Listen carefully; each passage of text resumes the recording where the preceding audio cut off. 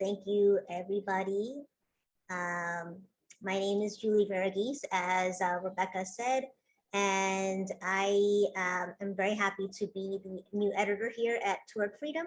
Toward Freedom made the decision to send me to Nicaragua because of the fact that the corporate media was spending so much of its time, I would say, yeah, if you can expand the screen. And the corporate media was spending so much of its time actually kind of saying that the elections would be rigged in Nicaragua even before the elections happened in Nicaragua. For example, they were saying that they were talking about the elections way back in June. So this is our first big effort since I came on board to go to Nicaragua. And next slide. So I went to Nicaragua on a delegation that was organized by the Friends of the ATC. The ATC stands for the Asociación de Trabajadores del Campo, or in English, Rural Workers Association. The Rural Workers Association, the Friends of the ATC, is an autonomous organization in Nicaragua. It has 50,000 members who are small farmers and farm workers. And this is the campus you see here of the Friends of the ATC, where they have their school for peasants. Next slide. So this is the school for, it's the Francisco Morazan International Peasant Worker School in on this campus here. It's maybe a half an hour from Managua, the capital.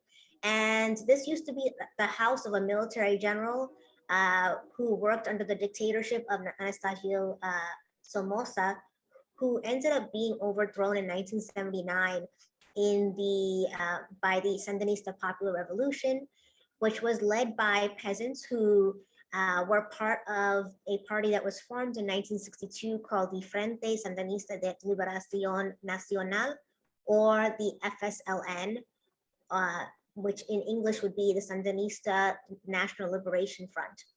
So the FSLN, as they're popularly known, they're also called Sandinistas.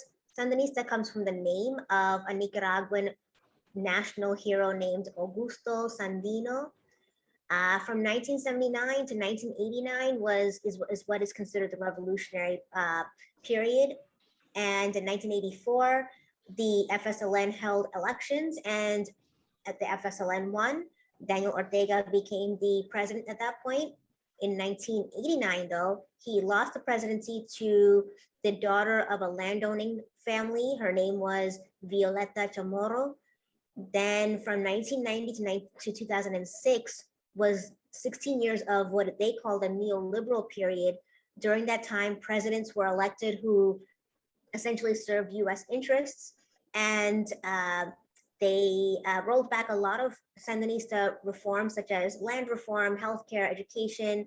In 2006, Daniel Ortega won again. The FSLN won again in a surprise victory. So from then on, the FSLN has governed the country, and many of the reforms have been re-implemented. Next slide. Next slide. So in Nicaragua, because it's the global south, it's a warm country, the outdoors and the indoors are very much connected. So there's lots of plants all around you. Next slide. The country produces 80% of the food that it eats. So it has food sovereignty, and that's a big deal for such a small country, and for a country that is in the crosshairs of the United States. And that means that when sanctions hit Nicaragua, it doesn't starve ordinary people, which is a big deal, because that's how kind of color revolutions and subversions start, is with disturbing ordinary people's lives and preventing them from eating and drinking and whatnot. So next slide is, I went to, we visited one farm, at least one farm, This one here is called San Jose de los Rios, or San Jose of the Rivers. They grew about a dozen fruits, including coffee. And this was once a plantation where they were slaves. And these farmers now own the land that they were once slaves on, if you can imagine that. So the peasants and the workers and the farmers in this country make up the base of Nicaragua's population. And therefore, if you can imagine the kind of, I guess they're just very strong and very concerned about keeping their independence and their autonomy and never having a situation again where they are slaves on plantations. Next slide. And here we were given a tour of their farm. So it was very hilly. So you have to walk up and down the hillsides. It takes a lot of, you need to be very strong or at least not have any injuries in order to do this. Next slide. There's lots of animals all around. It's just a normal part of life. Dogs, birds, turkeys, iguanas, you name it. Next slide. Nicaraguans are very proud of their history and what their country has achieved, even if they don't all agree with their government. This here is a lagoon that Somoza, the dictator, used to throw dissidents into. And this lagoon is directly opposite the presidential palace, which now isn't even being used. It burned at one point during the revolution. Next slide. So election weekend, we went to Nicaragua. I went to Nicaragua to cover the elections for Toward Freedom. And next slide. We first needed to get accredited. That was the beginning of the weekend. So that required that, you know, we have our pictures taken, give our ID, they make badges for us. And then for the rest of the weekend, we were wearing those badges. And so everybody around us knew that we were accredited election companions. There were 232 election companions. Next slide. And of the 232 election companions, 67 of us were accredited press. Here was on Saturday, the day before the election, we were in a conference center where we were given reports from ministries of, from all different departments. And election companions came from as far away as Russia and China, from 27 countries around the world. And 70 of the election companions were from the United States. And next slide. I'm sorry, no, go back actually. The ministries made a point of giving reports on health, economy, foreign investments, education, COVID-19, and the attempted 2018 coup. And that attempted coup in 2018 devastated Nicaragua's economy to the point that it took them 3 years to get back to what would be like normal, or GDP growing, not stagnating or declining. So, but then right as their GDP was growing and going into the positive, the pandemic hit. And they made a point of not putting their nation into a lockdown because they said that their country is too small to withstand a lockdown. So they instead implemented a program of going door to door, talking to people about the pandemic, about hand washing, about wearing masks, and and social distancing. And they actually have the lowest rate of deaths to COVID-19 in the whole Western Hemisphere. And also they have much lower deaths compared to their neighbors like Costa Rica or Honduras.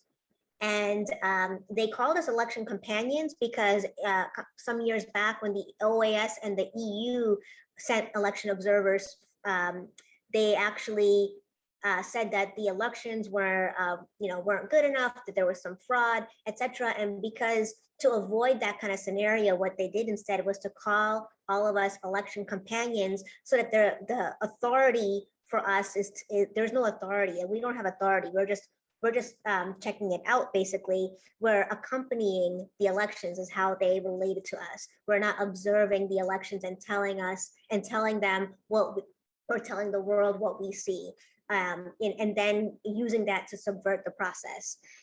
So we were election companions. And next slide. So, I wrote a couple of articles about debunking myths about Election Day. And because the corporate media was really going in hard between the New York Times and the, Democracy Now!, we felt the need to figure out kind of, we can, as people who think critically, we can say, obviously the corporate media lies about countries and their processes, but it's nice to be there on the ground. So next slide. I went on the ground to check it out, and it's really interesting to get the perspective. It's like you're getting it's like a materialist perspective, you can say. It's like you can talk about it, but when you actually go there, it's different. So here is an example of a voting center. They were all held at schools for the most part, and their schools are open air kind of scenarios where they have courtyards. So each classroom was one voting station. And this one here, some of us were sent, we were all sent to different cities in Nicaragua. We're all split up as election companions. And I was sent in a group to Chinandega, which is a city in the Pacific Northwest of Nicaragua, which is a Sandinista stronghold. And the reason it's a Sandinista stronghold is because when the 2018 attempted coup happened, they saw what was happening in Managua with all the devastation, the violence, the disruption, and a lot of, not only disruption, but vandalism. So to avoid that, they just basically defended their city, and they didn't allow any of the coup makers to come into Chinandega. And so that's since then been a very strong, a stronghold for the Sandinistas. Now, and they also built a $100 million hospital in Chinandega that they were very proud of as well. And voting took place, in the United States, you heard stories of people spending 8 hours on a line or 11 hours on a line in the hot sun waiting to vote. But here in Nicaragua, the whole process would take between 5 and 10 minutes to vote. You walk in and you walk out. Next slide. They had hand washing stations. This was like in the middle of the courtyard for the school. Next slide.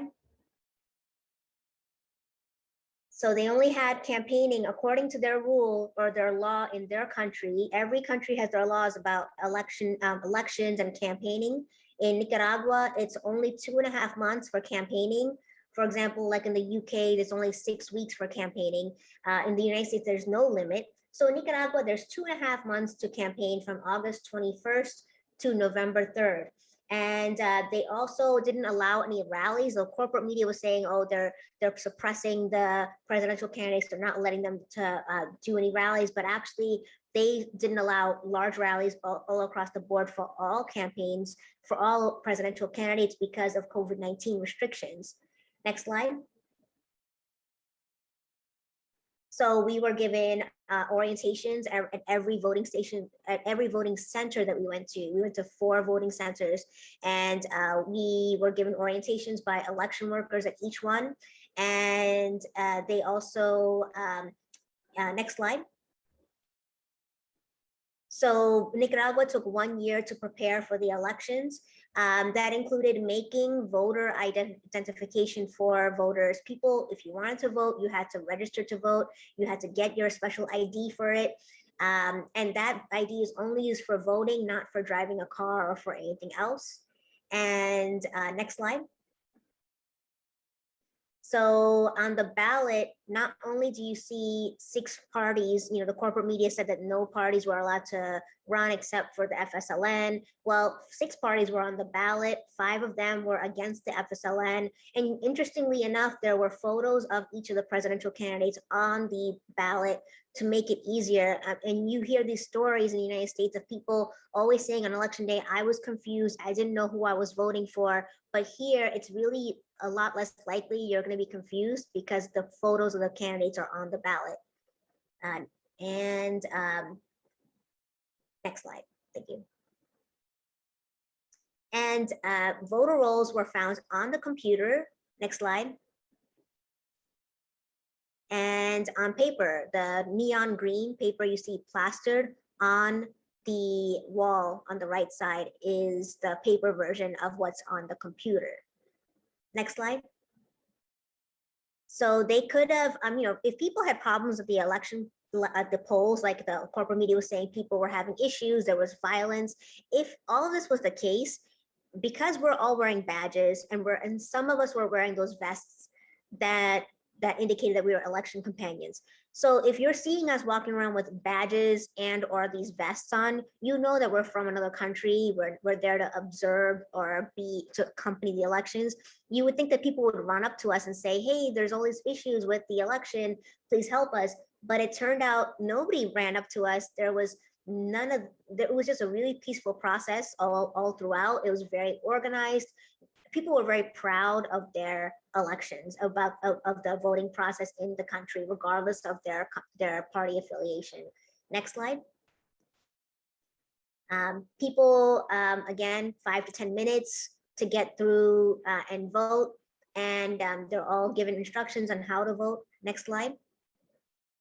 And at the end of voting, they get their thumb painted with ink so that everyone knows that they voted and there's no way to do so-called fraud like the way that they always talk about in the United States with voting here.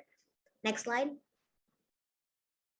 And then just more people with their thumbs painted. Everybody got their thumbs painted. Next slide. The local press was following us everywhere because we were election companions from outside of the country. Next slide. They interviewed a lot of us for their TV stations and their publications. Next slide. It was a very orderly process and it was a very calm process, very festive. Outside of the outside in the courtyard area, people were just hanging out, just having fun. It wasn't there was not much to. It was just a good time. You would think that if there was fraud or if people had issues, they would just run up to us or that there wouldn't be a festive environment, but it was a very calm and orderly. Next slide. Just more of just kind of what you saw. Next slide. More of the voting and very orderly. People are just sitting around afterward if they wanted to. Next slide. People waiting online again. Next slide. Interestingly enough, in Nicaragua, they have a program in place to help people who are elderly or have disabilities to vote. So like you hear often in the United States of people with disabilities complaining that they couldn't vote because the people at the poll just wouldn't let them, or they didn't have the capacity to help them. But here they would help people get upstairs if they needed to get to their voting station. And next slide. This lady was carried upstairs, and then the actual voting, the little booth was brought to her. Next slide. And then she was helped to get back into a rickshaw to go back home.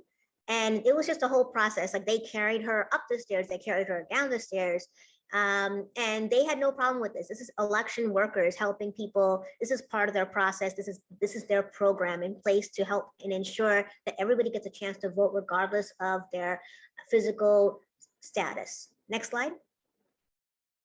And then off she went back home, and that was it. And next slide. By 3 a.m. that morning, so we basically stayed up all night in the conference center waiting for the election results to come in. Preliminary results came close to 3 a.m. and it said that the FSLN had won. Daniel Ortega would remain as president. And this here is the Supreme Electoral Council. They're made up of representatives of all of the political parties in the country. So again, the corporate media says that people in Nicaragua, that the whole thing is rigged, but if it was rigged, they wouldn't have an electoral council where all the parties are represented. And this electoral council is the fourth branch of the government. whereas in the United States, there's 3 branches only. Here in Nicaragua, there's 4 branches. One of them is the Electoral Council itself. Next slide. So it was really nice to be on the ground because you got to actually see like kind of how things ran and speak to people. And next slide. And at the end of the day, this is the people's process. This is Nicaraguans. Nicaraguans, the majority of them are peasants, they're workers, they're farm workers, and they're very proud of this process. And even if they were not in favor of the Sandinistas, they still were proud of what was going on in Nicaragua. And they opposed US sanctions, they opposed US meddling, and they just wanted to live in peace. So, and next slide. And if you want to learn more, if you want to read the articles that I wrote that detail all these things that happened that I saw, you can go to towardfreedom.org. There's 2 articles on there right now. And thank you very much for your time.